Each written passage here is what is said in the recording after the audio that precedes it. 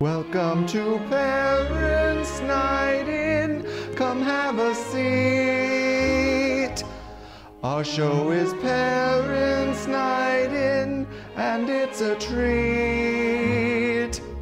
Our names are Kelly and Justin, and we are your gracious hosts. So please join us on YouTube and become a subscriber to our show, which is Parents' Night in Boozy Movie Reviews. Happy New Year, everyone. It's 2021. Thank God. Well, kinda. It's already started out as a shit show. It's kind of shaky. Oh, God. Anyway, Things are a little shaky. welcome to Parents' Night In here at enough.com. We are your hosts this week and every week. Is it dry in here or is it just me? It's really dry. It's like the fucking Sahara. We're trying for a dry January. Yeah. So if we're less fun this episode, blame the sobriety. Hey, I don't need booze to have a good time. Okay, after school special. So we, it's dry January. We're not alone in this. A lot of people are drying it out this month. Yeah. Some people have failed because, America is crazy at the moment. So we'll just see how it goes. If by crazy you mean collapsing upon itself, then yes. It's been an interesting week. So we thought it would be fun to do something really lighthearted. We're watching The Gold Rush, the classic silent film by Charlie Chaplin. Charles Chaplin was the director. A masterpiece of, as he called it, dramatic comedy. And he just plays his usual tramp character, except he's a prospector looking for gold. And hijinks ensue. Who doesn't want gold? Who doesn't want hijinks? Let's be honest. So this movie was originally released in 1925. It was a massive hit worldwide. It's still the top 5 silent movie. It's top 5 grossing silent movie. What was number 1? Birth of a Nation? The controversial Birth of a Nation. Yeah. That made the KKK into heroes somehow. Yep. So it was a massive hit. And then in the 40s, Chaplin decided to sort of revisit it. And he was like, people should see this again. I want to release this. But the problem was, by the 40s, no one wanted to watch a silent movie at all. Yeah. Because silent movies were super passé. So he said, well, let me add sound to it. I'll just narrate it and write a new score and, do all the voices and stuff. So he re-released it. It was, again, a massive hit. And it was such a hit, and silent films were so passé that he was like, well, this is the real version now, the one with sound. So he more or less destroyed the original version of his film, and he didn't care at that point because he was like, no, this is the real one. But in the, I think, late 90s, a couple guys decided to restore the 25 version. So thankfully, we have it now, and to me, this is the definitive version. Have you watched the 42 version? I tried to, and it bugged me. I didn't like the audio soundtrack. You didn't like the changes, yeah. It was perfect the way it was. Why would you fuck with it? He was like George Lucas before George Lucas. Yeah. So this was shot on location, very near where the Donner Party got snowed in, because that was one of the inspirations for him making the movie. That was the only shot that he ended up doing on location. Location, because it got so expensive. Yes, so they moved everything to the studio. Yeah. That shot of him walking around the bend, where it looks like he's about to fall off the cliff. Yeah. You know how they did that? No. There was a glass painting with a hole that they put in front of the camera, and they lined it up with the piece of set. That's cool. And it's seamless. So, remind me, when did we watch this movie together for the first time? How many years ago was it? A couple of years ago. Only a couple? 2 or 3. Was this the first full Chaplin I watched with you? Yeah. Okay. My memory these days is like, I've seen a whole bunch of Chaplin films. I don't remember the order or when or how many I've seen in full. I really liked it, and interestingly, I love the artist, and so I've seen that several times, by the time we sat down and watched this.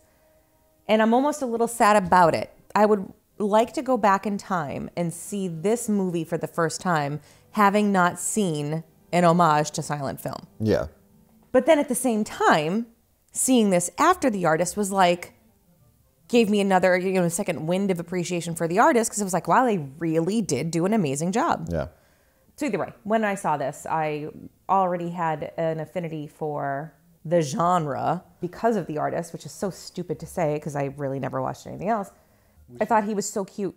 Yes. I've walked in when Justin's watching these before and caught bits and pieces of other Chaplin movies or just silent movies? Films. Chaplin movies, well, both. Silent movies and Chaplin movies. Yeah. Silent movies in general, some of them I like and some of them I don't. But this kind of silent movie I like. I like the music, the fun, because of the silence, the super emotional acting. Yes, it's very physical. Yeah. Because that's all they had to work with. And to be fair, you've educated me a bit here and there on Chaplin, and I had read several things about him over the years, and so I know he was super dedicated to his craft, and like none of this happened. Big perfectionist. Yeah, none of this happened by accident. Like this was all extremely well planned. It was extremely well planned, but he didn't really write scripts.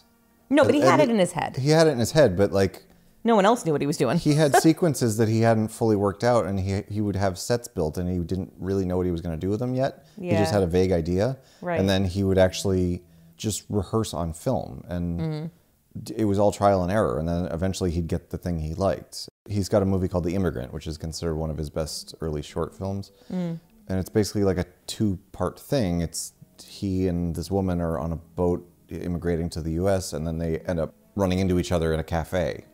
But that whole backstory wasn't even part of the original plan. It was just going to be about the cafe part. Right. And then he was like, well, I only have like 10 minutes of material, so I got to come up with something else. And then he said, okay, where'd the woman come from? Right. And that's where he came up with the idea for The Immigrant. Oh, this, according to the IMDb trivia, this was the first film he ever did where he had a plan and a story all mapped out. Yeah, that seems about right. Yeah. So contrary to the style you just described, this one was a little bit more structured and planned. Yeah.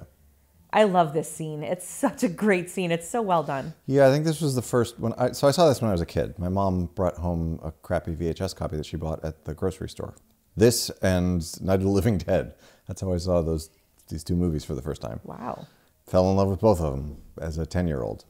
But this scene was the first one that caught my eye, with him trying to leave the cabin and the wind pushing him back in. Yeah. And I think that was his physical comedy is clearly legendary. It's not amazing, like I'm noting this for the first time, but it's just so good. I think the way he did it, so the set is slightly tilted. I was going to say it would have to be because and there's of obviously the way a fan blowing off screen. Yeah. But I think he had like soaped up his shoes to make them super slippery. There's a featurette on this disc about the special effects specifically, and they were pretty amazingly inventive. I watch this and I feel the cold. Yep. They portray it well enough that I'm like, I could not imagine being there. Yeah. Freezing. The big guy quit. He couldn't bear doing such a vigorous role wearing a thick fur winter suit. Oh, really? And so Chaplin let him leave, but then decided to coax him back. And then I guess he already shaved, and rather than having him wear a fake beard, Chaplin paused production until he regrew his beard. Wow. Yeah, this production paused many times. It did. And we'll get to another reason later when it comes up. But yeah, it took like 15 months to make this movie. In City Lights, the leading lady, I think he fired her because they weren't getting along and she couldn't deal with his perfectionism. So I think he fired her and then replaced her with the woman from this movie. And then I think he realized, oh shit, now we got to shoot all of her stuff again. And I think he wasn't totally happy with Georgia Hale's performance either, so he got the original actress back somehow. Yeah, like once he became a true auteur, I'm sure he was not super easy to work with. Yeah. Well, and he was a bit of a ladies' man, so he got himself ever? He got himself in trouble a few times. I think just about every woman he worked with either had a relationship with him or wanted to, except for that one that he fired. I think she respected him a lot, but I think she was like, I don't like you. You know what, Charles? I don't like you. Take your mismatched shoes and your pretty little mustache and get the fuck out of my life. And your 3 of spades. Yeah, they really do simulate the winter conditions amazingly because this is all on a soundstage. Yep.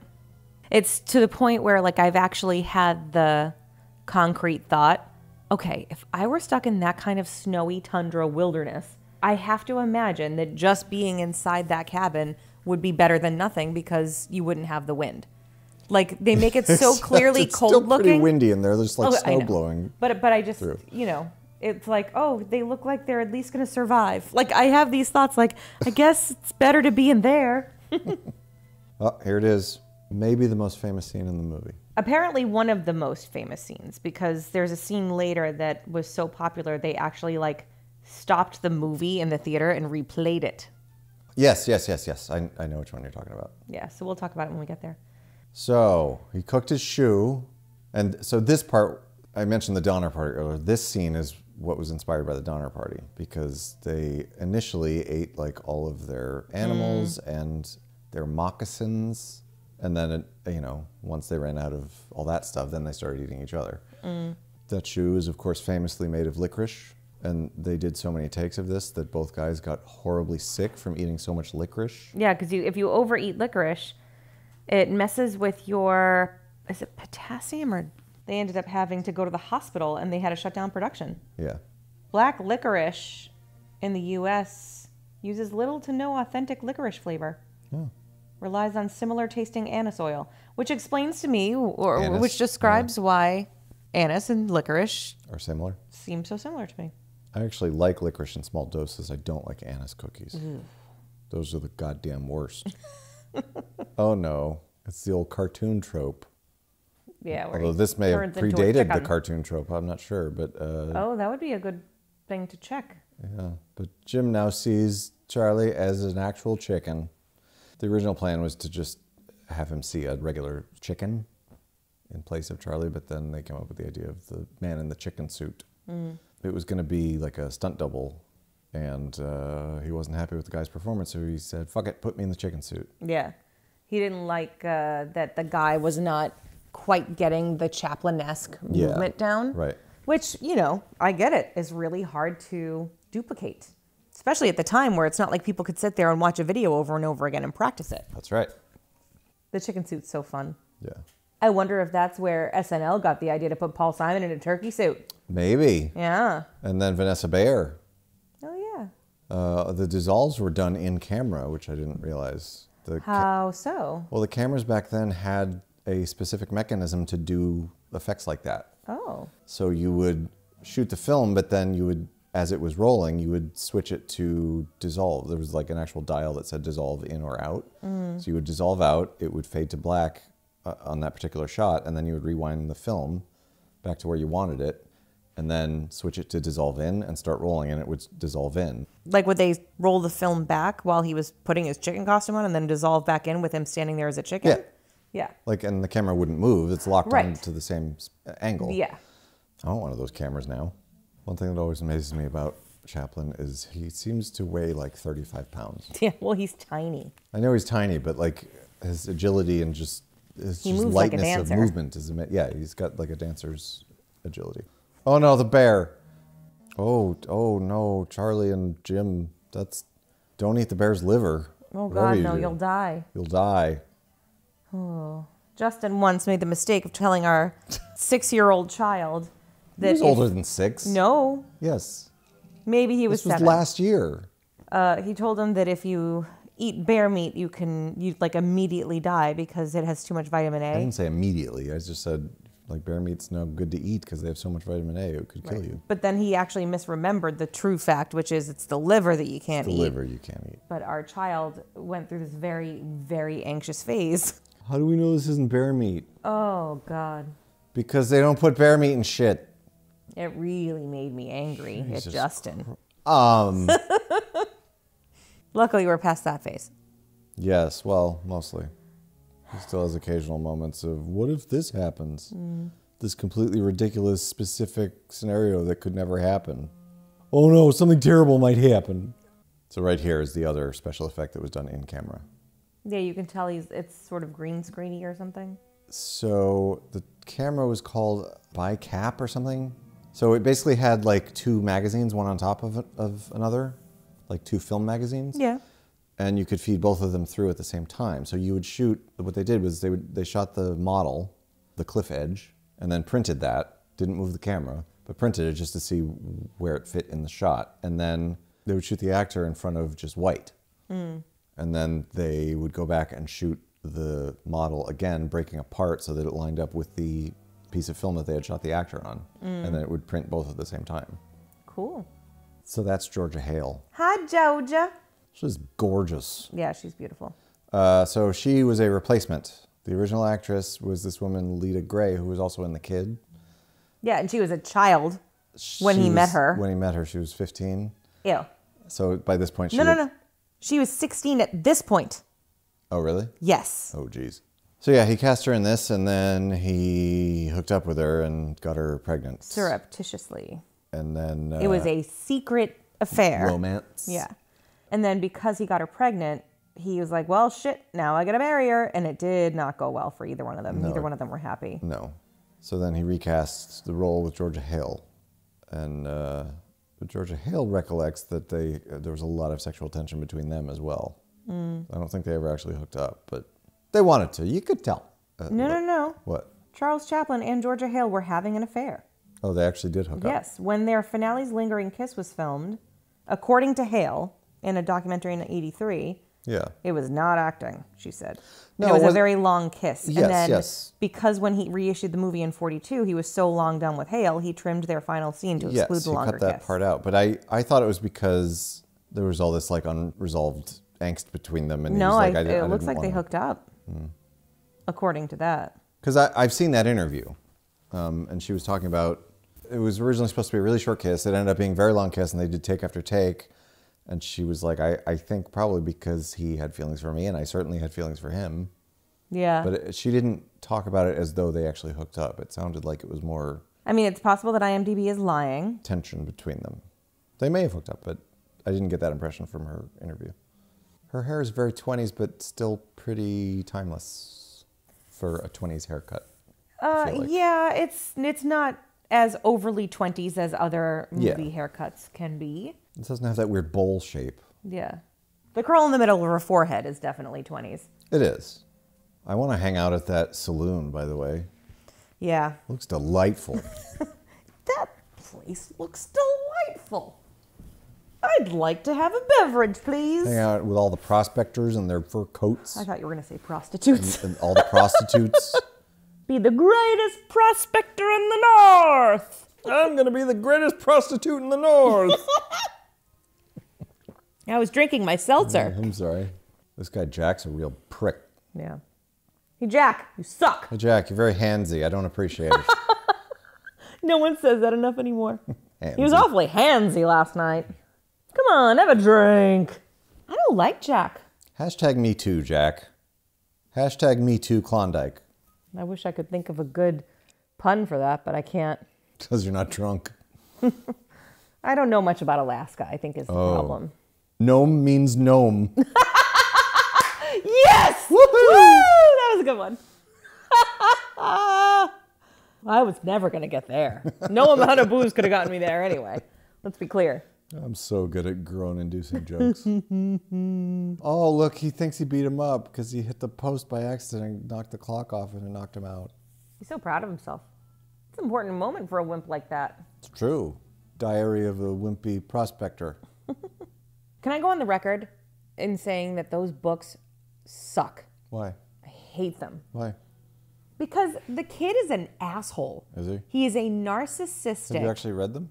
I've listened to all of them on Audible with right. Harry. That's right. And he's read several of them, and I've seen the movies and stuff.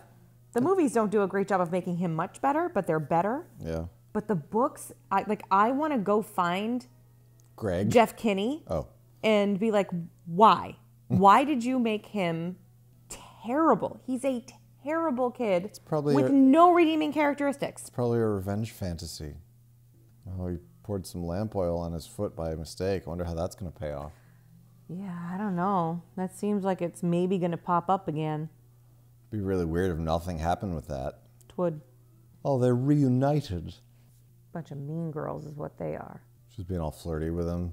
Hey, little man, want to dance with me? I want to introduce you to my friends. There's Susie Q-Tip and Fur-Face Doodle-Darla, and then there's June.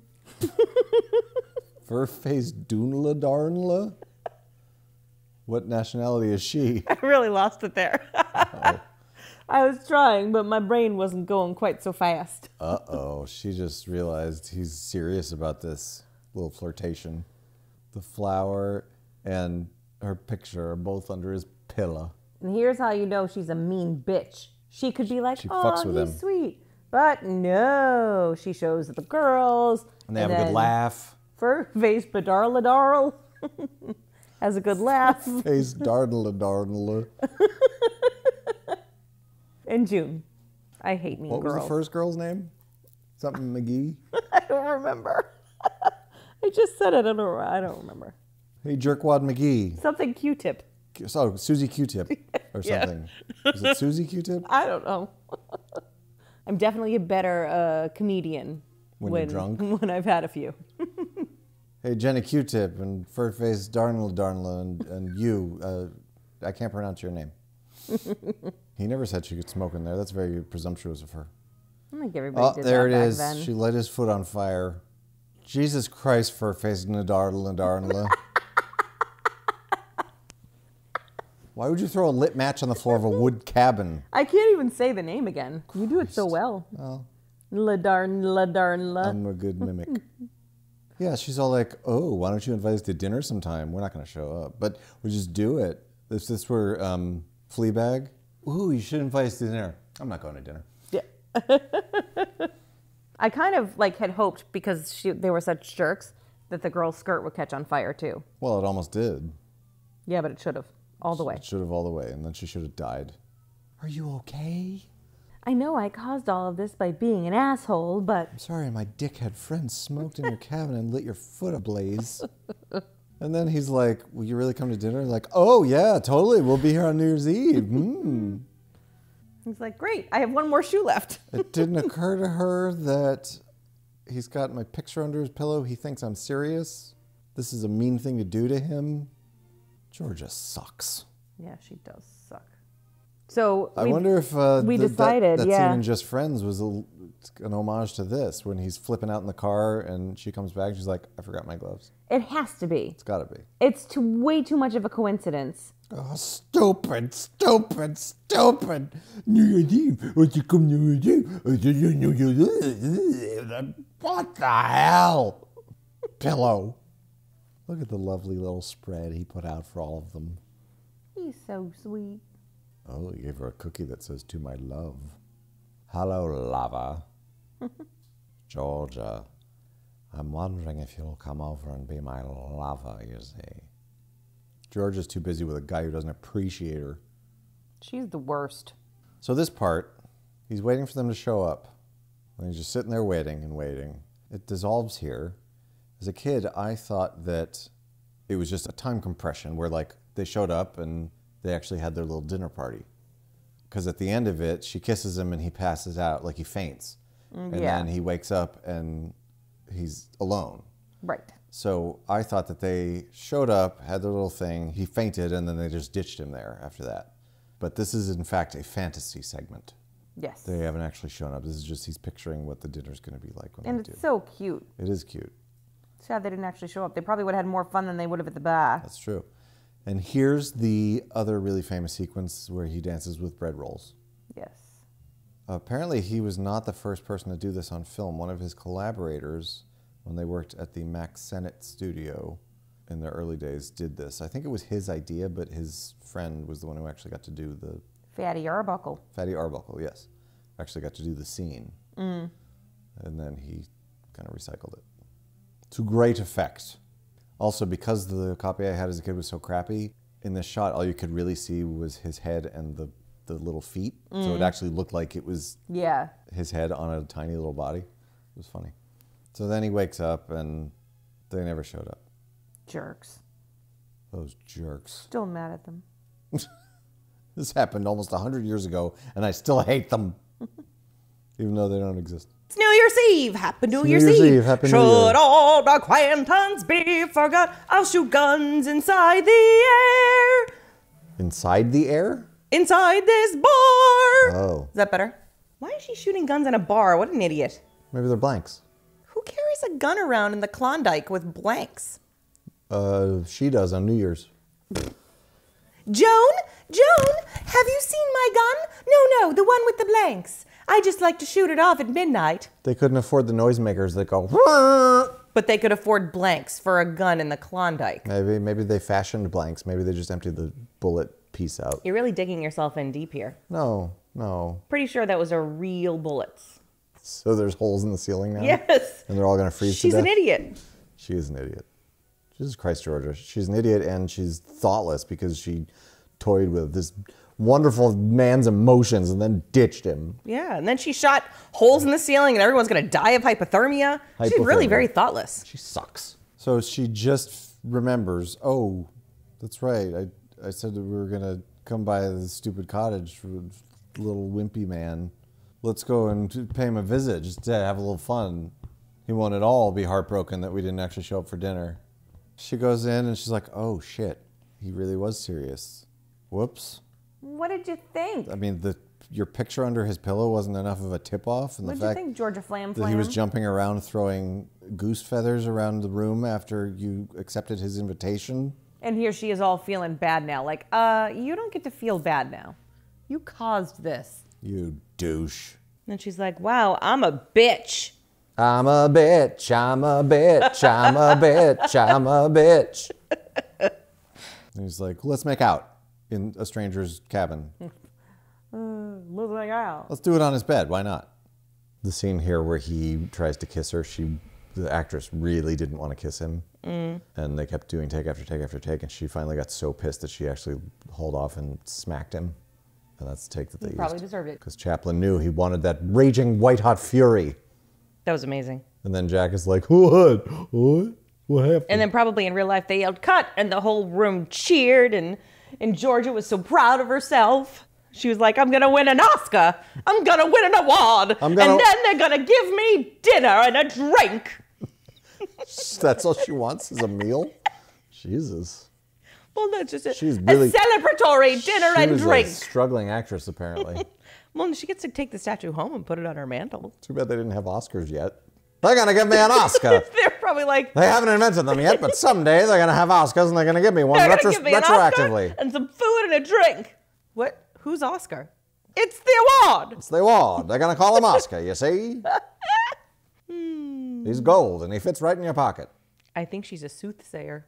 The joke has gone too far. You did this. You did it. Well, yes, well, at least she knows when to call it quits. Yes. At least she knows when she's reached too far, when she's done too much, and should admit her mistakes, if you know what I mean. Are you implying something? America. Oh.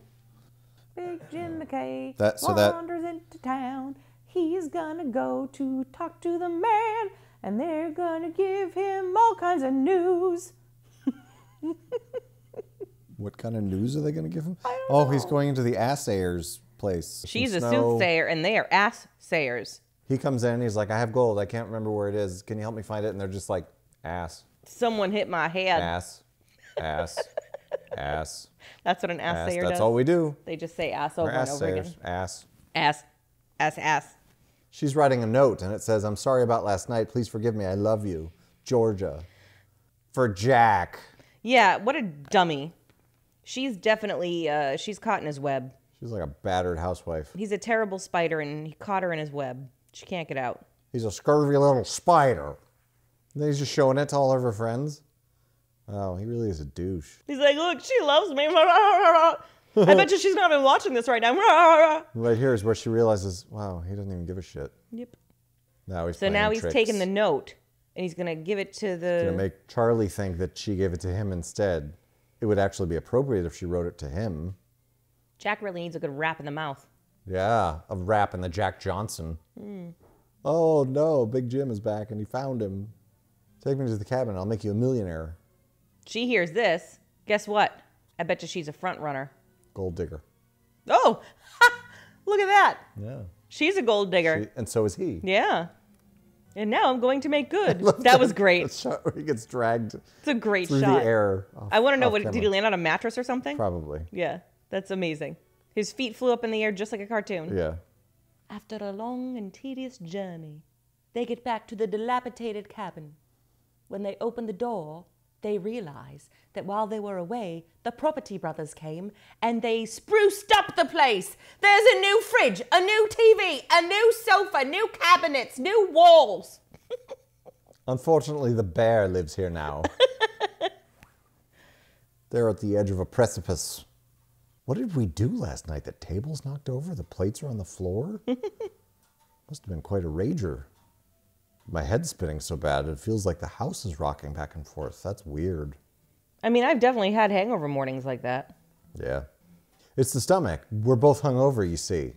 I didn't have anything. No, we're both hungover. As a kid, this scene delighted me. It's delightful. Yeah. Scary as shit, man. Oh, yeah. They're not very bright for just continuing to test it rather than just open the door and see what the hell's going on outside. See where you are, dum-dums. Stupids. Big Jim may be rich, but he's not bright. Not that way. I'll go out the way where it's tipping over. That's Don't the go smart that move. way. Charles! Look at the little doll. That's so funny. I assume that was stop motion. It looks like it. That was cool. That was a decent stop motion for this that looked pretty day good. and age. Oh, no. Oh, God. Get up, get up, get up, get up. That's like the Grinch's sleigh. Wonder if Seuss was influenced by this. And what happened then? Well, in Alaska, they say that Big Jim's ass grew 3 sizes that day. Oh, jeez. I don't know. It's very stressful. Yes. It's like stressing me out. And they did that in-camera double film reel again. Where they shoot the actor separately, but they feed it through the camera at the same time as the background. He found it. He found his gold. Yeah, he found his gold, but, his friend is going to go over the cliff. He made it just in time. That's pretty well done as well. Yeah, and the VHS copy I had as a kid was so not high def that I thought that was actually a legit shot of him at the edge of a cliff. Like, how'd they get home again? Where'd all the eats go? The eats went down with the cabin. Yeah. Well, they have like $1 bajillion of gold. It's fine. Yeah, but that's not going to help them get back to civilization. Must have been a harrowing journey back. Also, how'd they get the big fucking mountain of gold back? I think they bring the assayers up, I assume. Oh, now that he knows where it is again? Yeah. And then they go, ass. Ass. Ass, ass. And then when they get there, they're like, ass! Ass! Ass. Ass, ass. Ass, ass. Ass, ass, ass, ass. That's them whispering to each other. George has had enough of Jack and just life up in the frozen tundra of Alaska and gold rushes. And Searching for she's just over it all. I'm going to go back home. Maybe I'll get an acting career. I can shoot a blank pretty well. Mm-hmm. Yeah, she'd be good on stage as anyone who wants to shoot guns. Yeah. I can certainly pretend to be a nice person. I did it once. Why are they taking a picture of just him without Jim there? That seems weird. I was going to ask you that question too. Why are they only... why wouldn't they wait for Jim to also get changed? Well, yeah, they're only interviewing him. They want to hear about his career, but they don't want to hear about Jim's career? They do, but they're like, well, while we're waiting, I'll just take pictures of you. It's Georgia. She thinks he's the stowaway that they're looking for. Who's the stowaway? You're a dipshit. That's Big Jim's partner, the multimillionaire. You dummy! How dare you put your hands on him like that? Wait. You're a multimillionaire? Congratulations! Make arrangements for another guest. That's a little bit presumptuous. I'm not a stowaway. I'm stowing multi-millions of dollars in my butt. What? Well, he doesn't have any bags. And he goes, excuse me, sir, who's the lady? And Who is this lady? I'm going to bang her later. Congratulations! Congratulations! She doesn't deserve his love because she's a jerk. Well, she had an epiphany. Once she saw Jack react to her note, she was like, yeah, but she only had an "Screw epiphany this." because Jack screwed her over, not because she appreciated him. That's true. Well, maybe the epiphany helped her appreciate him as well. The absence of that idiot made her fond of this idiot. So here's the final scene that was cut from the re-release where he kisses her. Georgia and the tramp fell in love. Now they're going to get married and have babies and put gold shoes on them. They're going to put gold shoes on their babies? Well, yeah, they have multi-millions of dollars. Seems strange. Well, they're very materialistic. They are. So, how do you feel about the gold rush? It's a classic. I don't know why I keep doing that voice. It's a delightful classic silent film. It is a delightful classic silent film. Is it as good dry as it is with a nice martini? I don't drink martinis, so I wouldn't know. Oh. No, I like this movie. It's so sweet. The It is music's sweet. great. There is a lot of really well done. Set pieces? Yeah. Lots of precarious situations, but the physical comedy, like... Yes, he was a master of physical comedy. He was a master, and some of the sequences are really long, and it doesn't matter because he's so good at it. Yeah, and the special effects are very innovative and clever, and pretty seamless. Yeah. Considering how basic they were. Agreed. It's my favorite Chaplin film. I also love City Lights. I want to watch that one again. I think I've seen parts of it. Yeah. That and The Kid. And The Kid is great. I'd like to watch more of that. Great Dictator is very good, but it's kind of long. But I like the upside down flying scene. Yes, that's hilarious. We're flying upside down. I know it. The delivery is so perfect. Oh, The Circus is a great one too. The Circus. The Circus? Modern Times. I've heard of Modern Times. I've never heard of The Circus. Do you know who wrote that song, Smile? I had forgotten, but yeah, I knew that at some point. Is that in Modern Times? What is that in? I'm gonna look it up on Google.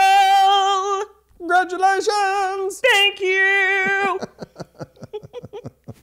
It's based on an instrumental theme used in the soundtrack for Charlie Chaplin's 1936 film Modern Times. I thought it was Modern Times. Oh. Chaplin, who composed the song, was inspired by Puccini's Tosca. Interesting.